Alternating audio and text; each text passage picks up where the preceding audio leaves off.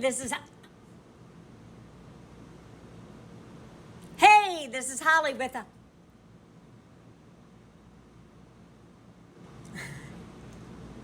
Hey, this is Holly with SLAYMATH. I'm going to be doing the number 19, 3.6, where you find the inverse, where they have an X on top and on the bottom. Okay, we are going to find the domain range. Let's see what we're going to do. We're going to find the domain of this one. X cannot equal -4. Domain is we solved the bottom. The range is my horizontal asymptote is y equals 7 because these x's match and it's the number out in front. So y equals 7. So dotted line here at 7. And then x cannot equal -4. There's a dotted line here. That's just your asymptotes to kind of have an idea what the graph is going to look like.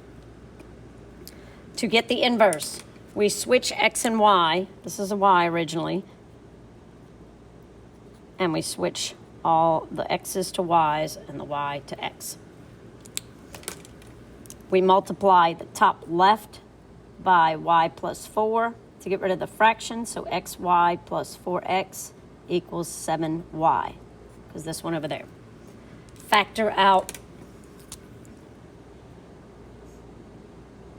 Oh, we have to get the y's, all the y's on the left. So we're going to do xy, move this over to the left, makes it minus, and move this over to the right, makes it negative.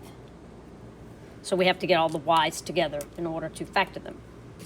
Then we're going to factor out a y and get -4x over. If I factor out a y, I have x minus 7. So then I put this on the bottom to get this y by itself, which is the inverse function. So if you think about it, it's kind of going to be the opposite signs of this. This is going to be a negative, positive, negative, and then the numbers also switch from bottom to top. So the 4 goes top, 7 goes on the bottom, and the signs switch. So the domain for this is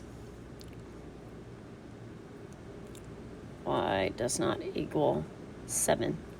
So this would be x does not equal 7 and y does not equal -4. These two rotate.